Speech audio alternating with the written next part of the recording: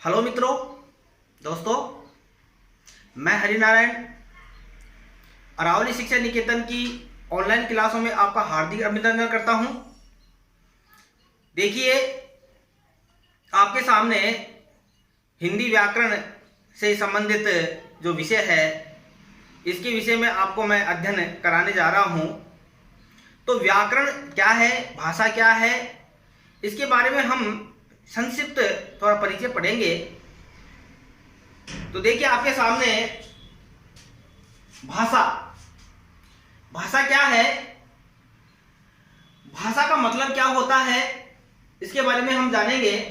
तो देखिए, भाषा, देखिए आप जानते हो कि संसार के जो सभी प्राणी हैं, वो कोई ना कोई बात को जब कहनी होती है या अपने विचारों को, अपने भावों को प्रकट करना होता है, तो उसके लिए हमको किसकी आवश्यकता पड़ती है? भाषा की। किसकी आवश्यकता पड़ती है? भाषा की आवश्यकता पड़ती है।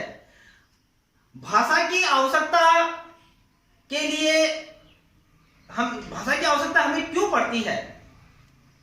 क्योंकि विचारों, भावों को हमको समझना आवश्यक है। तो देखिए, हम सबसे पहले देखेंगे कि परिभाषा क्या है। वह साधन जिसके द्वारा, यानी ऐसा कोई साधन जिसके द्वारा मनुष्य बोलकर तथा लिखकर, देखिए दो शब्द आ रहे हैं, बोलकर और लिखकर, अपने विचारों, विचार वही मन के भाव जो अपन बोलते हैं, तथा भावों को, मन की बात, भाव, स्वयं आसानी से समझता है, स्वयं आसानी से समझता है, उसे भाषा कहते हैं। अब देखिए, संक्षिप्त इसका अर्थ क्या हुआ कि संसार की जो भी प्राणी है, जो भी कोई भाषा का प्रयोग करते हैं, बोल करके, लिख करके, और उसको जब हम आसानी से समझ लेते हैं, वही क्या कहलाती है? भाषा कहलाती है। जैसे देखिए, अंग्रेजी है, हिंदी है, उर्दू है, पंजाबी है, ये सभी क्या है? भाषाएं हैं। अब हम देखेंगे कि भाषा के प्रकार कितने हैं, क्योंकि पिछली वीडियो में मैंने आपको पढ़ाया था, ये सभी पढ़ा चुका हूं मैं, ये भाषा के प्रकार, ये सभी आपको मैं, लेकिन एक बार थोड़ा रिवीजन और हो जाए, जो बच्चे रह गए हैं उनके लिए। अब देखिए, भाषा के प्रकार क्या हैं। भाषा के वैसे तो मूल तौर पर दो प्रकार हैं। भाषा कितने प्रकार हैं? मूल तौर पर दो हैं, लेकिन यहां मैं आपको तीन बता रहा हूं। मौखिक भाषा, सबसे पहले हम जानेंगे कि मौखिक भाषा, जिसको हम कथित भाषा भी कहते हैं। क्या कहते हैं इसको? हमें कथित भाषा भी कहते हैं। अब देखिए, मौखिक भाषा हम कहेंगे किसको? अपने विचारों को, अपने भावों को हम मौखिक यानी मुंह से बोल करके, मौखिक तौर पर बोलकर। देखिए, अब हम देखते हैं मौखिक भाषा किसे कहेंगे और कथित भाषा किसे कहेंगे। देखिए, मौखिक भाषा और कथित भाषा ये दोनों एक ही है, यानी भाषा का जो पहला रूप है वो मौखिक भाषा कह दो, चाहे उसे कथित भाषा कह दो। अपने विचारों को, अपने भावों को हम बोल करके, यानी हमारे जो विचार हैं, जो अपने भाव हैं, उनको जब हम बोलकर क्या करते हैं? बोलकर प्रकट करते हैं, तो वो क्या भाषा कहलाती है? वो मौखिक भाषा कहलाती है, जिसे हम कथित भाषा भी कहते हैं, जिसको अंग्रेजी में हम कहते हैं ओरल, मौखिक। दूसरा है लिखित भाषा। लिखित भाषा किसे कहते हैं? देखिए, बोलने से पता चल जाता है, लिखित यानी लिखकर, अपने विचारों और भावों को हम बोलकर न करके लिखकर, बोलकर न करके लिखकर, अर्थात लिख करके प्रकट कर, क्या कहते हैं? लिखित भाषा कहते हैं। जैसे हम के पत्र लिखना है और पेपर में आंसर लिखते हैं अपन, वो लिखना, वो क्या कहलाता है? सब ये सब लिखित भाषा कहलाते हैं। किसी को संदेश भेजना, ये सब किसी के अंतर्गत आते हैं, सभी लिखित भाषा के अंतर्गत आते हैं। अब देखिए, भाषा का एक तीसरा रूप भी होता है, लेकिन ये मूल भाषा के उसमें आता नहीं है, फिर भी देखिए, जिसको हम कहते हैं सांकेतिक भाषा। यानी सांकेतिक भाषा आप देखते हो तो कई बार इशारों में, संकेतों में जो बात समझाई जाती है, उसे हम कहते हैं सांकेतिक भाषा। यानी अपने विचारों को, अपने भावों को न तो लिख करके न बोल करके प्रकट करते हैं, वो भाषा कहलाती है सांकेतिक भाषा, जिसको हम कहते हैं संकेतों के माध्यम से समझाना। अब आप इसको थोड़ा नोट कर लीजिए।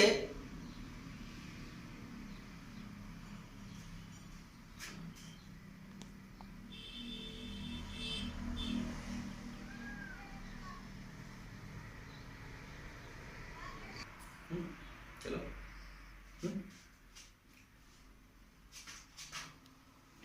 अब देखिए, आगे हम पढ़ेंगे भाषा के बाद में कि लिपि किसे कहते हैं। देखिए, व्याकरण में ये पढ़ना बहुत जरूरी है। तो हम लिपि किसे कहते हैं? लिपि को हम अंग्रेजी में क्या बोलते हैं? स्क्रिप्ट। अब देखिए, परिवार जानते हैं, क्योंकि आप जानते हो कि जब हम किसी भाषा को लिखते हैं, देखिए अब आगे जानेंगे भाषा के बाद में। भाषा के जो हमने 3 रूप पढ़े, वैसे मूल रूप से 2 पढ़े, लिखित भाषा, मौखिक भाषा। उसके बाद में हम आगे देखते हैं कि लिपि। देखिए, किसी भी भाषा को लिखने के लिए हमें लिपि की आवश्यकता पड़ती है। लिपि को हम अंग्रेजी में क्या बोलते हैं? स्क्रिप्ट। अब देखिए, क्योंकि किसी भी भाषा को लिखने के लिए, कोई भी जो भाषा होती है उसको लिखने के लिए हम कुछ ऐसे चिन्ह बना लेते हैं, तो वही क्या कहलाती है? लिपि कहलाती है, या वर्ण बना लिए जाते हैं। अब देखिए, हम पढ़ेंगे परिभाषा। किसी भाषा को लिखने में प्रयुक्त होने वाले वर्णों या चिन्हों। देखिए, किसी भी भाषा को जब हम लिखते हैं तो इसमें जो प्रयुक्त करते हैं हम कोई भी चिन्ह या वर्ण, तो उनको हम क्या कहते हैं? उसे हम लिपि कहते हैं। क्या कहते हैं? उसे लिपि कहते हैं। अब देखिए हमारी जो हिंदी भाषा है उसकी जो लिपि है वो देवनागरी लिपि है। कौन सी लिपि है? देवनागरी लिपि है। अगली जो है, जैसे अंग्रेजी भाषा है, उसकी हमारी जो लिपि है वो है रोमन लिपि है। ऐसे ही जैसे पंजाबी है उसकी है गुरुमुखी है। ऐसे ही जो उर्दू है उसकी फारसी लिपि है। तो हर भाषा की कोई ना कोई अपनी लिपि होती है। ठीक है, अब आप इसे नोट कर लीजिए। देखो मित्रों, ये तो हमने एक छोटा सा परिचय पढ़ा है भाषा और लिपि, लेकिन अब जो हम पढ़ने जा रहे हैं मूल विषय, वो हम पढ़ेंगे व्याकरण। ये व्याकरण है क्या? क्यों हमें आवश्यकता पड़ती है व्याकरण पढ़ने की? क्यों पढ़े हुए व्याकरण? तो देखिए, वैसे तो ये जो व्याकरण जो शास्त्र है, ये किसी भी भाषा को सीखने के लिए इसकी आवश्यकता पड़ती है। अगर हम भाषा को शुद्ध नहीं बोलेंगे, शुद्ध नहीं लिखेंगे, अशुद्धियां करेंगे, तो फिर वो हमारी भाषा अशुद्ध भाषा कहलाती है। अनेक त्रुटियां होती है उसमें। तो किसी भी भाषा को सीखने के लिए हमें व्याकरण की बहुत आवश्यकता होती है। क्योंकि मन में विचार आता है कि हम व्याकरण क्यों पढ़े, हमें क्या आवश्यकता है व्याकरण पढ़ने की। तो देखिए, हम सबसे पहले जानेंगे कि व्याकरण क्या है, व्याकरण की हमें आवश्यकता क्यों है। वैसे मैंने आपको छोटा सा परिचय दे दिया कि किसी भी भाषा को शुद्ध पढ़ना, शुद्ध लिखना, शुद्ध समझना, ये नितांत आवश्यक होता है, इसलिए व्याकरण की आवश्यकता होती है। तो हम देखेंगे कि व्याकरण क्यों हम पढ़ रहे हैं। तो देखिए, व्याकरण की हम परिभाषा देखेंगे। सबसे पहले हम देखेंगे कि ये व्याकरण जो शब्द है वो कैसे बना है, यानी व्याकरण शब्द कैसे बना है। तो देखिए, व्याकरण जो है वी और आन उपसर्ग, यानी जिसका आशेष रहता है, वी आन का आशेष जो उपसर्ग है उसके साथ क्रय प्रत्यय क्रय जो है धातु लगने पर, उसके बाद लुट प्रत्यय लगने पर व्याकरण शब्द बना है। कहने का मतलब यह है कि वी आन आ क्रय और लुट के इनके योग से व्याकरण शब्द बना है। अब इस व्याकरण शब्द का शाब्दिक अर्थ क्या होता है? व्याकरण शब्द का जो है शाब्दिक अर्थ है भाषा को व्याकृत, व्याकृत का मतलब होता है विश्लेषित करने वाला शास्त्र, यानी विश्लेषित करने वाला शास्त्र, यानी ऐसा शास्त्र जो किसी भाषा को व्याकृत करे, व्याकृत यानी विश्लेषित करे, वो क्या कहलाता है? व्याकरण कहलाता है। संस्कृत के जो आचार्य हैं व्याकरण के, उन आचार्यों ने भी इस व्याकरण को शब्द अनुशासनम कहा है, यानी व्याकरण का जो एक व्याकरण का जो नाम दिया है उसे शब्द अनुशासनम कहा है। क्या कहा है? शब्द अनुशासनम। अब देखिए हम पढ़ेंगे कि व्याकरण किसे कहते हैं। मूल परिभाषा व्याकरण की, वह शास्त्र जिसके द्वारा हम किसी भाषा को, देखिए आपको मैंने पहले बताया था कि वह शास्त्र जिसके द्वारा हम किसी भाषा को शुद्ध बोलना, शुद्ध पढ़ना तथा शुद्ध समझना सीखते हैं, उसे व्याकरण कहते हैं। समझ गए आप? क्योंकि व्याकरण की हमें आवश्यकता क्यों है? क्योंकि व्याकरण की आवश्यकता इसलिए है कि भाषा को हमें, क्योंकि व्याकरण हमें जो है भाषा को शुद्ध बोलना, शुद्ध पढ़ना और शुद्ध समझना सिखाता है, इसलिए हमें व्याकरण की आवश्यकता पड़ती है। आप इसको नोट, देखिए आप इसको नोट कर लीजिए, लेकिन थोड़ा ध्यान रखिए। ये देखिए शब्द अनुशासनम है, ये क्या है? ये शब्द अनुशासनम, इसको आप नोट कर लीजिए, शब्द अनुशासनम।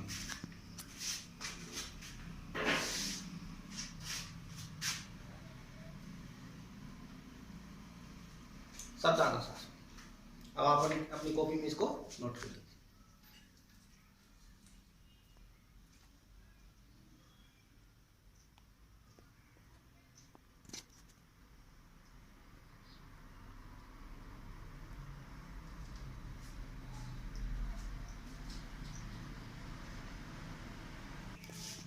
हाँ, अब देखिए हमने व्याकरण का ज्ञान, व्याकरण के बारे में हमने पढ़ लिया कि व्याकरण किसे कहते हैं, व्याकरण की हमें अब आवश्यकता क्यों है, ये हम जानेंगे। क्योंकि मन में विचार आता है कि हम व्याकरण क्यों पढ़े, क्या आवश्यकता है हमें व्याकरण पढ़ने की। तो देखिए व्याकरण जो है, व्याकरण जो है वो एक नियमों का समूह है। पहली बात कि व्याकरण में ऐसे नियम बना रखे हैं जिसमें कि भाषा को हम शुद्ध बोलना, पढ़ना, लिखना सीख लेते हैं। भाषा को अनुशासन में रखता है। व्याकरण जो है ये भाषा को अनुशासन में रखता है। कैसे? डिसिप्लिन। आप देखते हैं ना कई बार तो ये तो बड़ा, देखो ये तो इसकी तो भाषा में बड़ा अनुशासन है भाई, डिसिप्लिन है। देखो तीसरा देखिए, किसी भाषा का ज्ञान प्राप्त करने के लिए, वही बात जो आपको मैंने पहले बताई थी कि किसी भाषा का ज्ञान प्राप्त करने के लिए व्याकरण को जानना अति आवश्यक है। यानी व्याकरण के बिना, उसके ज्ञान के बिना हम किसी भाषा को अच्छी तरह नहीं जान सकते हैं, उसका भली भांति प्रकार से ज्ञान प्राप्त नहीं कर सकते हैं। इसलिए व्याकरण की आवश्यकता है। इसके द्वारा भाषा का शुद्ध प्रयोग करना आता है। इसके द्वारा हम क्या करते हैं? भाषा का शुद्ध प्रयोग करना सीख जाते हैं, अशुद्धियां नहीं होती हैं। अब देखिए, अब हमने जो ये पढ़ा कि व्याकरण क्या है, व्याकरण की हमें आवश्यकता क्यों है, इसका क्या महत्व है, तो इसका सार रूप तो यही होता है कि किसी भी भाषा में, यानी किसी भी भाषा में शुद्धता एवं स्पष्टता लाने के लिए उस भाषा के व्याकरण का ज्ञान होना आवश्यक है। अब अंत में सार यही निकलता है कि हम व्याकरण क्यों पढ़े, क्या हो सकता है हमें व्याकरण पढ़ने की। तो किसी भी भाषा में अगर हमको शुद्धता लानी है, स्पष्टता लानी है, तो उस भाषा के व्याकरण का ज्ञान होना बहुत जरूरी है। आगे देखिए, व्याकरण के अंग कौन कौन से हैं। देखिए व्याकरण के मूल रूप से 3 अंग माने गए हैं। ये 3 अंग जो मूल रूप से हैं, सबसे पहले आता है व्याकरण में वर्ण व्यवस्था, यानी वर्णों का निर्माण कैसे हुआ, वर्ण बने कैसे, तो इन वर्णों का उच्चारण स्थान क्या है, ये सब हम इस वर्ण व्यवस्था के अंतर्गत पढ़ेंगे जो आता है।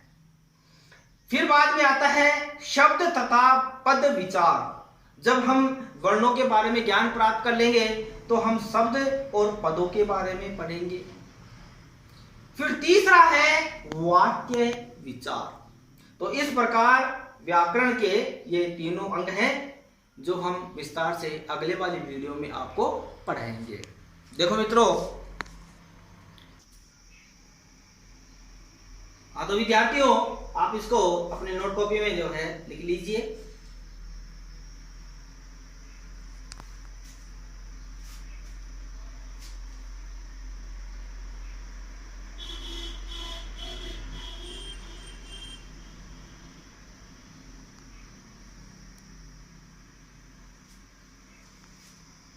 देखो छात्रों, आप जैसा कि आप सभी जानते हो कि लॉकडाउन के चलते हुए कोरोना जो महामारी एक फैली थी, बहुत भयंकर बीमारी, जिसके कारण विद्यार्थियों को कई परेशानियों का सामना करना पड़ा और करना पड़ रहा है। पढ़ाई में बहुत व्यवधान हो रहा है। स्कूलें, कॉलेज, शिक्षण संस्थाएं ये खुल नहीं पा रही है। तो इस व्यवधान को दूर करने के लिए आपके सामने हमारा जो चैनल चल रहा है अरावली शिक्षा निकेतन, इसके माध्यम से आपके पास हर विषय की से संबंधित जो क्लासें हैं, कक्षाएं हैं, वो प्रारंभ की जा रही है, हो रही है। तो अपने मित्रों को, अपने दोस्तों को इसके विषय में अधिक से अधिक जानकारी दीजिए, उनको बताइए कि बोर्ड की जो कक्षाएं हैं और अन्य सामान्य कक्षाएं, उनके लिए जो है व्याकरण की कक्षाएं चल रही है।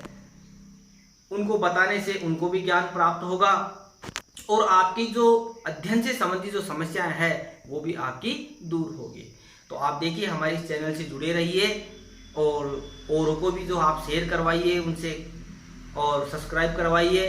जय हिंद, जय भारत।